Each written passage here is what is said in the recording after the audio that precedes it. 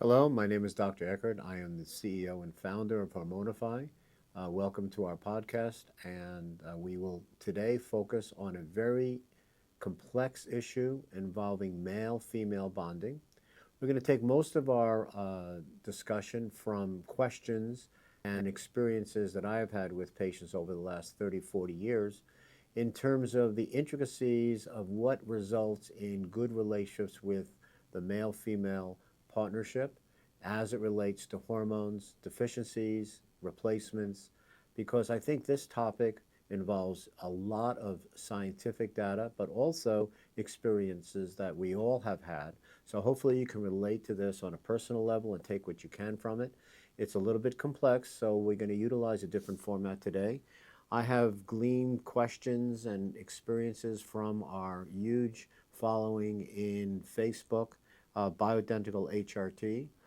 You can just put that into the Facebook search and it will come up. And participate, join, because it's a very interesting experience to listen to other people have commentary on how hormones affect them, but also it gives you a sort of a group that is really managed very well, primarily by our medical staff. So you get a lot of information that you otherwise couldn't find. So we'll start basically with the issue of how hormones can change your love life. So love life is not just sexual experiences. The sexuality, especially in a female, is complex. It involves three main components, which is vascular supply, blood supply, the ability for your body to utilize hormones in such a fashion where it creates a sexual desire, and also neurological. Neurological involves memory, it involves emotionality, it involves the limbic system. Extremely interesting stuff that you can go ahead and look elsewhere because it really literally take hours for you to understand the complexity of a female emotional slash neurological sex life. However, how hormones affect that is obvious. You need certain hormones. We'll go to it later as to what hormones do what as to your sexual nature. But I'm talking about the intimacy part, the relationship part. I can't tell you how many times patients come to us, mainly female, but some male, who are single. And they're single for years. And they're asexual. They don't feel like having intercourse. They don't feel like being touched. In fact, I know patients tell me, I don't even want my husband to touch me. So without that desire for touching, which reduces your oxytocin, touching, hugging, cherishing each other releases oxytocin. Oxytocin is a very important hormone. We can replace it if we want to. Oxytocin is Pitocin, which is utilized for labor initiation. However, it's very difficult to manage in terms of numbers because it's quickly disseminated out of the body. So we don't give oxytocin, but giving proper hormone replacement therapy actually increases your ability to want to be cherished, wanting to be hugged, which is then the release of oxytocin. So sexuality is part of that, of course, okay, but it's not the most important part.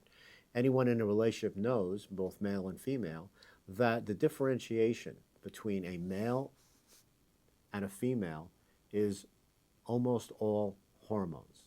So it's from childhood that we know that little boys act differently than little girls. And in general, there's a crossover, of course. But in general, it is driven by the reaction to, in men, testosterone, and in women, estrogen. So we will call estrogen the feminizing hormone. Feminizing hormone means that you feel more feminine. Whatever definition you want to put on that, that's a conversation for the politicians. However, for a man, it's mostly testosterone-driven behavior. From embryology to adolescence to adulthood, the two really have opposing values but also complementary values. For example, it has been shown that men need a certain amount of estrogen for good sexual function. So when I replace men with testosterone, I check their estrogen level, and if it's too low, then I want it to be a little higher so that they can maintain a better affectionate sexuality, even though they're predominantly testosterone driven. In women, I know that the North American Menopause Society claims that women should not be replaced with testosterone and that there's no such need for testosterone. That is completely incorrect. Women respond beautifully with small amounts of testosterone, which, by the way, converts to estrogen in the body. And this small amount of testosterone creates an environment of a little bit of sexual aggression. which means it's not like it's out of control like it is with certain methods of delivery, which we dealt with otherwise, namely the pellet and also testosterone injection, which I totally disagree with, because it gives you a peak and trough, and it gives you much too much, and it androgenizes the female, which means it makes her more masculine. That in a relationship will not work. We all know that one of the dangers of relationships is when it becomes a power play, which means two testosterone driven individuals are trying to be intimate. So we don't recommend that, even though it may feel good temporarily. Long term, that's not the way we're built. We are built totally different. So years and years ago, hormone therapy was driven just by giving women estrogen and giving men testosterone. In my research that was done for about 10 years, I discovered that not only would women need testosterone, but men need a little bit of estrogen.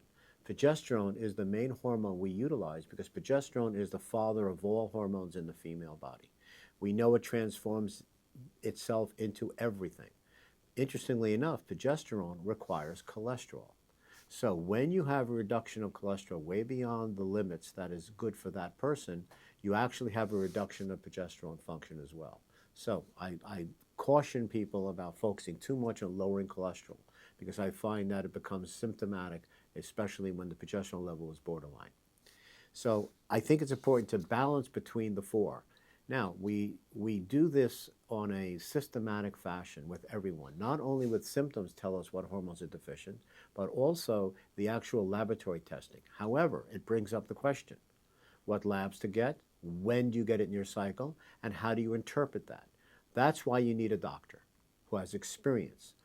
Like most family doctors that I know of, they look at the values, oh, it's within normal limits, therefore there's something not hormonally with you, it must be psychological, they put you on Wellbutrin or another poison. That's a totally archaic format that has no basis on science.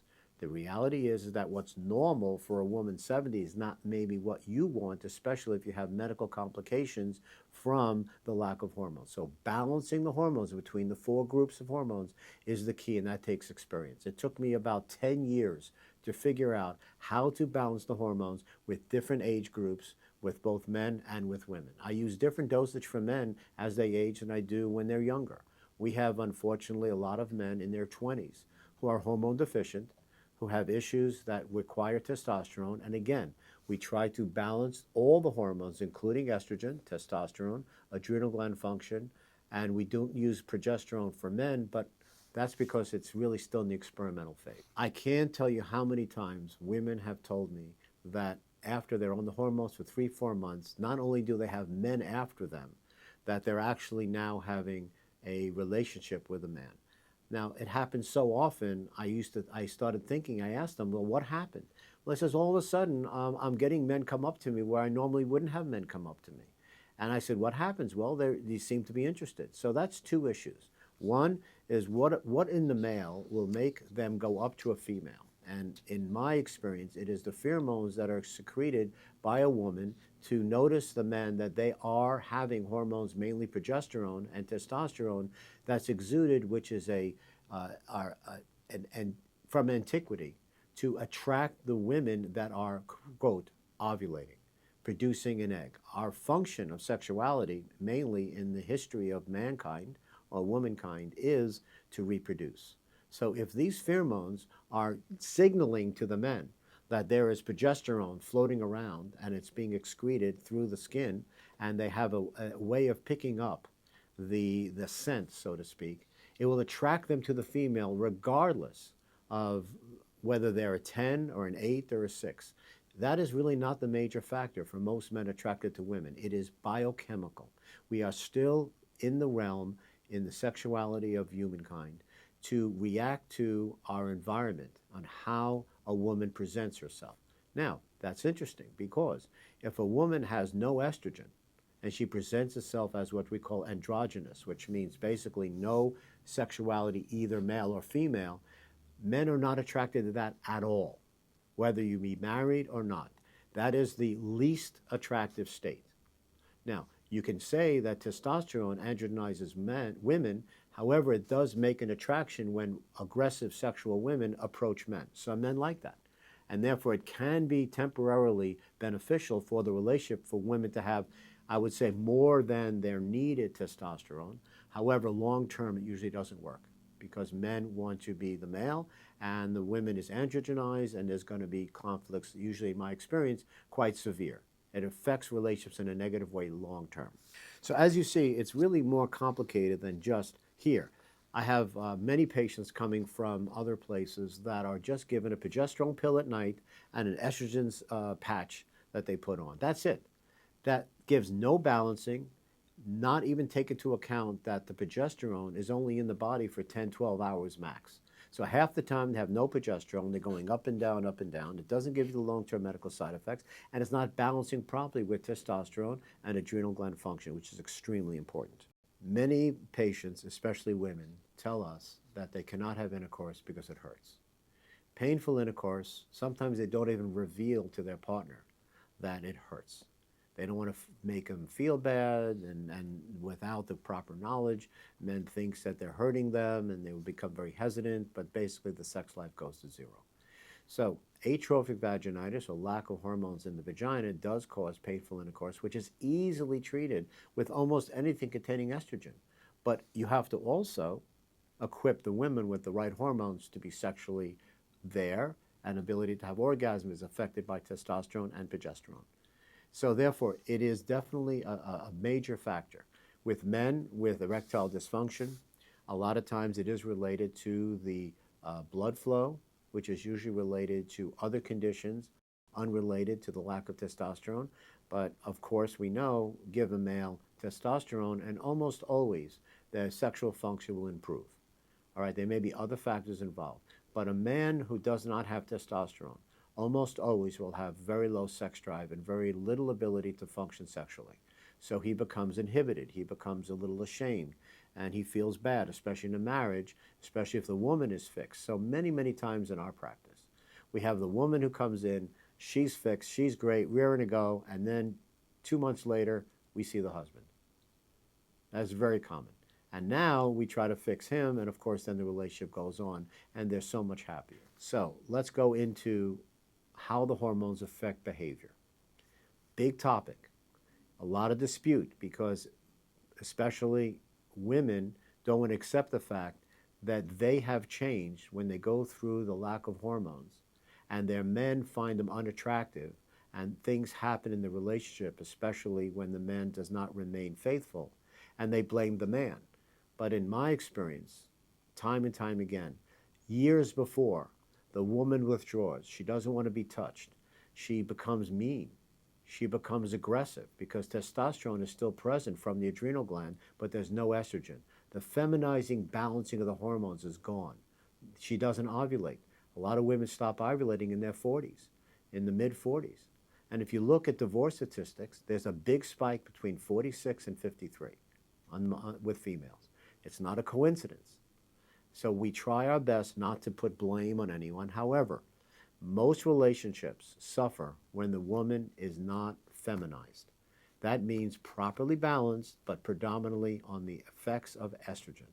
However, unopposed estrogen, which is given by over-the-counter products that contain herbs that are very important in taking care of hot flashes and night sweats, which is the vasomotor instability symptom, which is the easiest to treat, unopposed estrogen increases your risk of uterine and breast cancer, no question about it. So we don't want to give unopposed estrogen. People are coming to us all the time with estrogen levels very, very high, no progesterone level because they only take it once a day, no testosterone and no DHEA, no adrenal gland function, and they feel terrible. So they feel good for a while because their hot flashes go away and they can sleep better, but that's only 3 of 26 symptoms. So therefore, that is, to me, very insufficient therapy and makes no sense biochemically. Let's talk about the relationship between a man and woman in their 60s, 70s, and 80s. I would say that this is an undiscussed topic because it is a little bit sensitive in that age group about what is the sexual frequency or what is the intimacy frequency of couples in their 60s, 70s, and 80s. Unfortunately, without hormone replacement therapy, it is almost zero. I have many patients coming to me for treatment of osteoporosis, so the women are in 80s and 90s. We ask about their sexual history, and almost always it's close to zero. So therefore, that is the way of our grandparents' generation, or our parents' generation, dealt with the lack of hormones. But now, women in their 40s and 50s do not see their future without sexuality and without intimacy with their partner. They don't see it that way. So therefore, we're seeing a resurgence of interest in hormone therapy all of a sudden, and everybody's doing it. Whether they're doing it correctly or not is irrelevant. Everybody's getting involved. Family doctors who know nothing about it, internal medicine doctors, rheumatologists, neurologists are saying, here, now all of a sudden it's good to take hormones because now the FDA says that estrogen does not cause breast cancer. So all of a sudden everybody's doing it, but are they doing it properly? Absolutely not. Does it increase sexual frequency? Absolutely not. So the end result is that intimacy and sexual frequency definitely goes up when women especially are taken care of in terms of balancing their hormones. They feel better. They're more feminine. They're calmer. They're nicer. They're less mean. Women tell me that. I don't judge them. I don't know the way they are at home. And I say, how are things at home? Much better. I'm nicer. I'm not as moody. One of our symptoms is moodiness. Almost always, 100% of the time, moodiness goes away. Imagine being with a woman who's moody and also angry. Now, why would you want to be intimate with that person? So therefore, it's very important when you talk about male-female relationships to discuss what's really considered taboo to discuss. What happens to women's mood and aggressiveness when they go through the irregularity of hormone production in their late 40s and early 50s? Almost always, it's very bad. Not always. I've had patients that say, you know, I've had no symptoms at all. I'm just as fine as I always was, and nothing changes. But I would say that's the exception that makes the rule.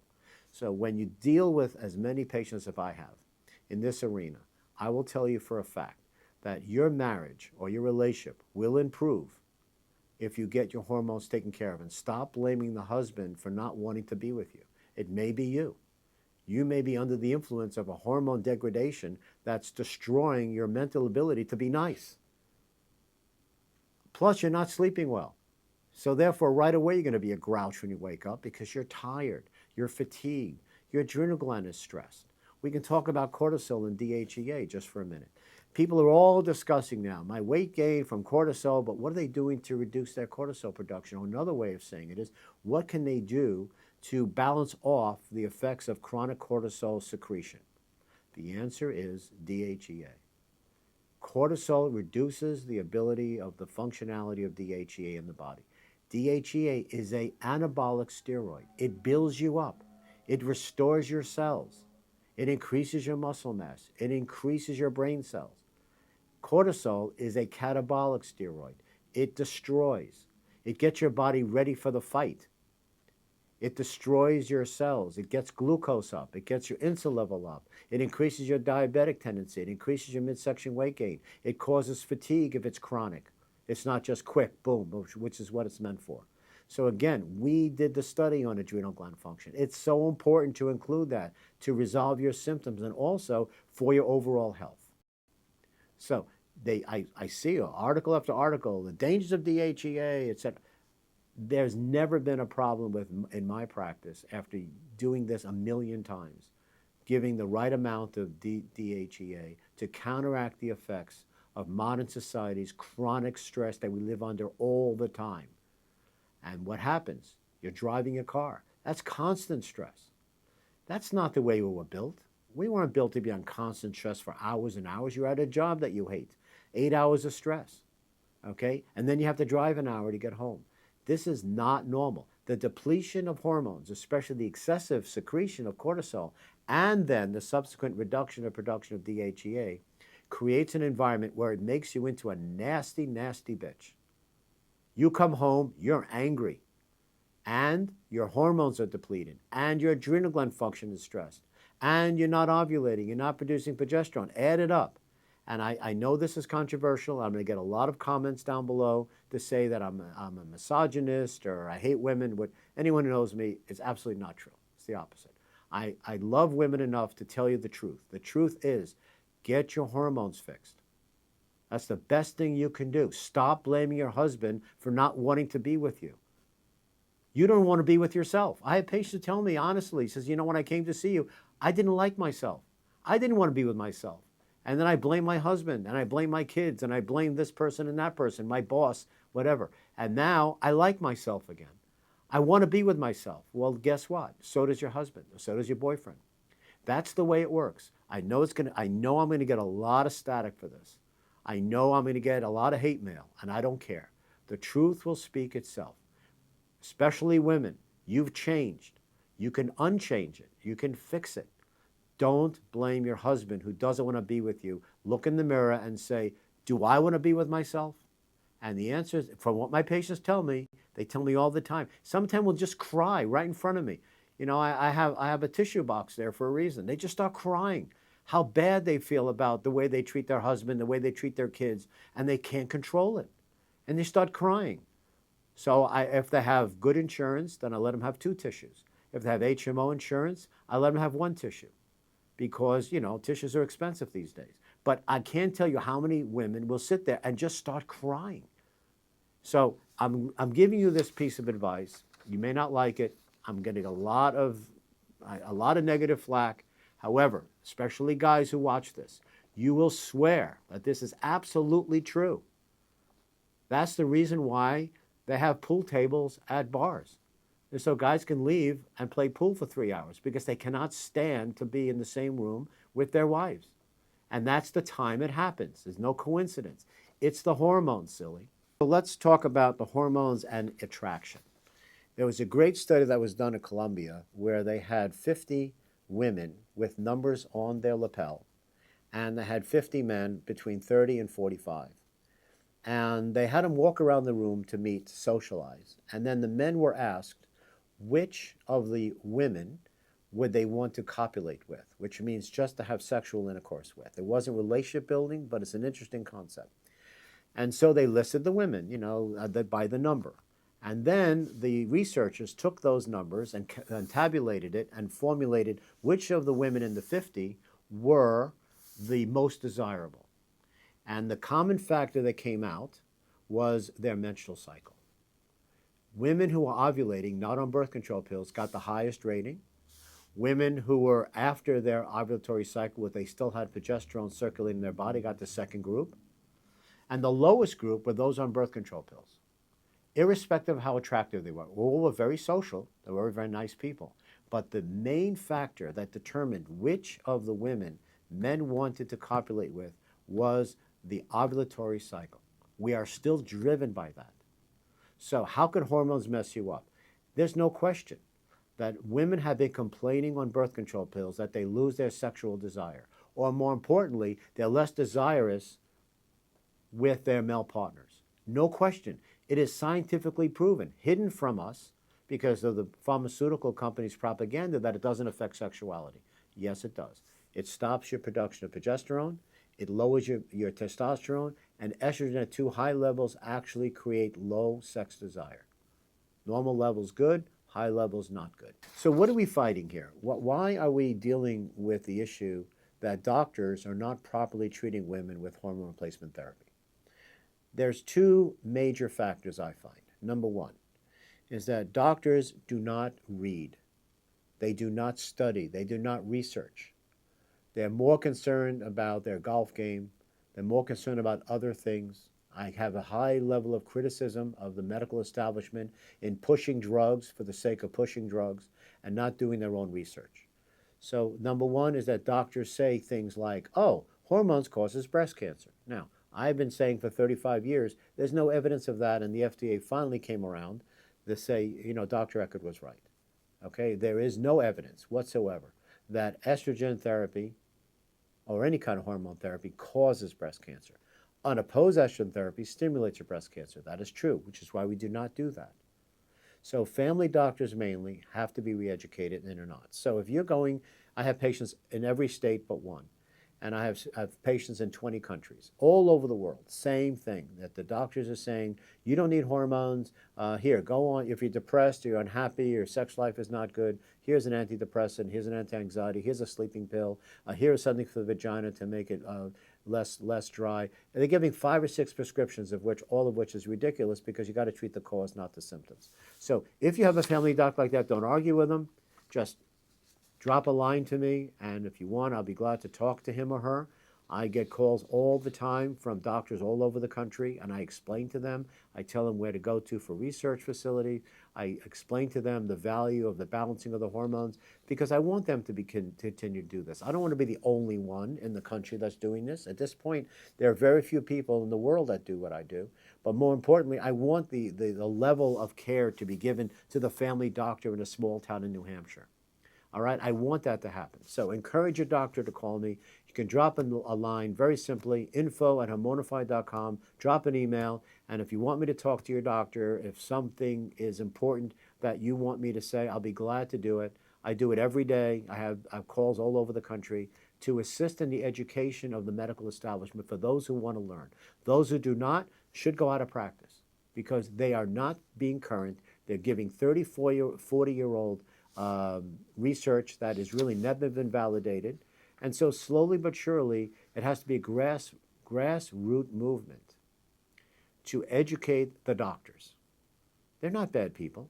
They may be lazy. They're not bad people. They are learning something that they learned from pharmaceutical-based educational facility, which is what's given in most conferences that are supported by pharmaceutical companies. So I had to go ahead and research it myself, and I came up with these conclusions, and I'd be glad to share with any doctor who's interested or any nurse practitioner who's interested in anywhere in the country. Just drop me a line, and I'll be glad to go ahead and give you information that you required to improve the quality of care that you give to your patients. So I think that's one of the two factors that are very important. The second factor is that people want to feel better now.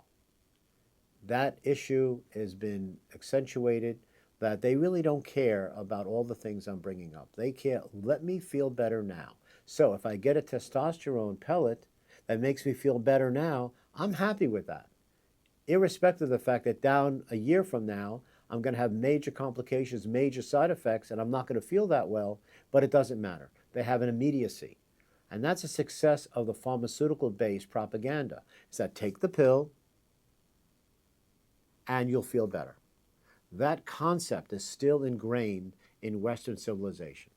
However, in herbal therapy, in traditional medicine, in standard medicine, the body integrates what we give you, since it's bioidentical, into every single cell in your body. That takes time. That fixes the problem.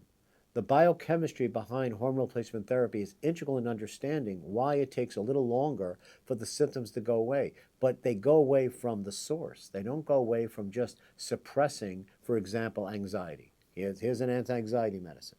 We know now today, more and more people realize that was a big mistake. There are many people who had serious complications and addictions to these medications through the years that needs to stop because it doesn't take care of the problem. Therefore, if you do have a little longer range of view, we try to get through the 7-week period, we have a satisfaction rate of over 90%.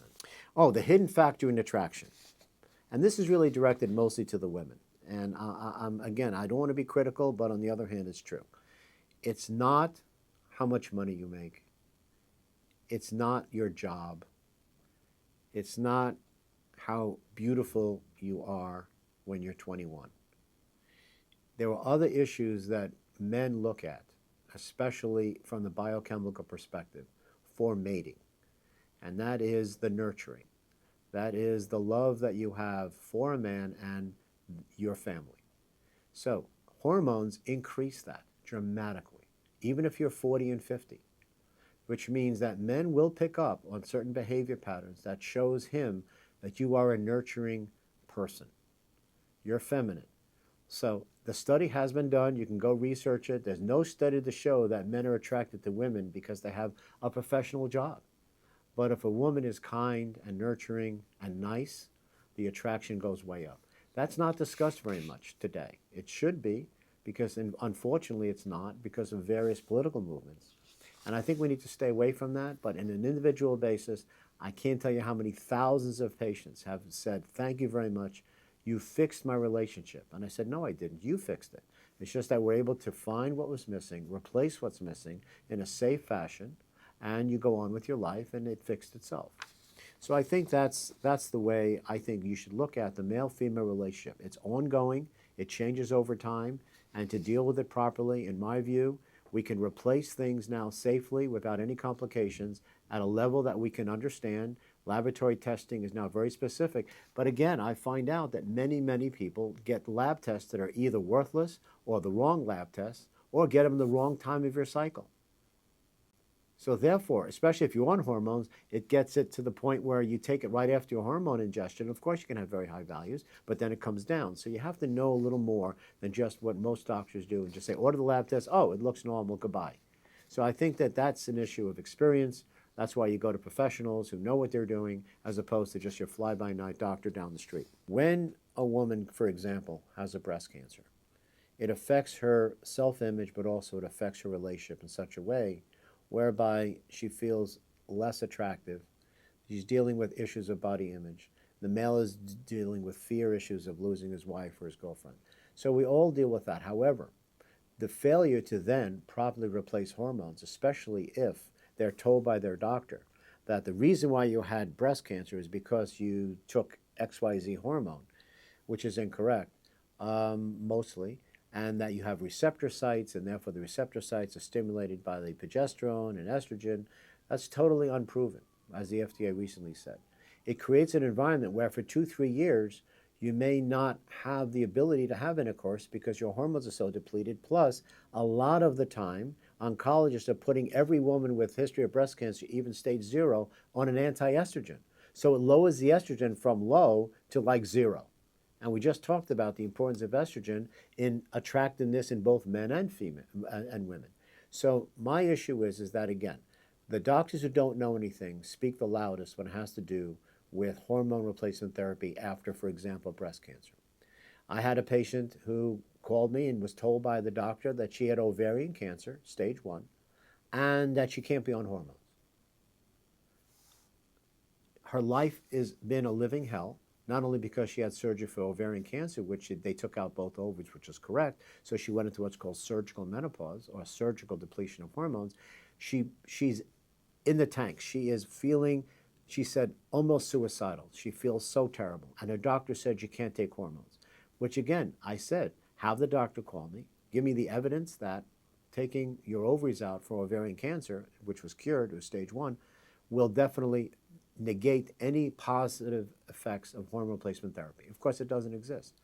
These doctors just make this up. I think sometimes there's almost a sadistic type of doctor that wants their patients to suffer. I see a lot of that in cancer doctors, is that these oncologists make their life a living hell after they have cancer by putting them into severe menopause, by giving them a drug that wipes out all their sex hormones. It's almost they have like a double whammy, and without any evidence to support it.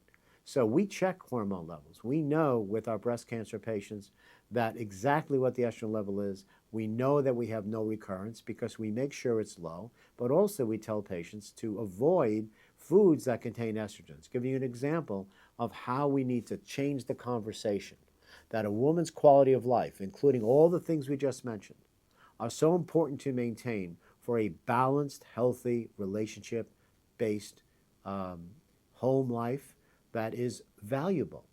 And the quality of life of some of these patients becomes so bad and ignored by the doctors.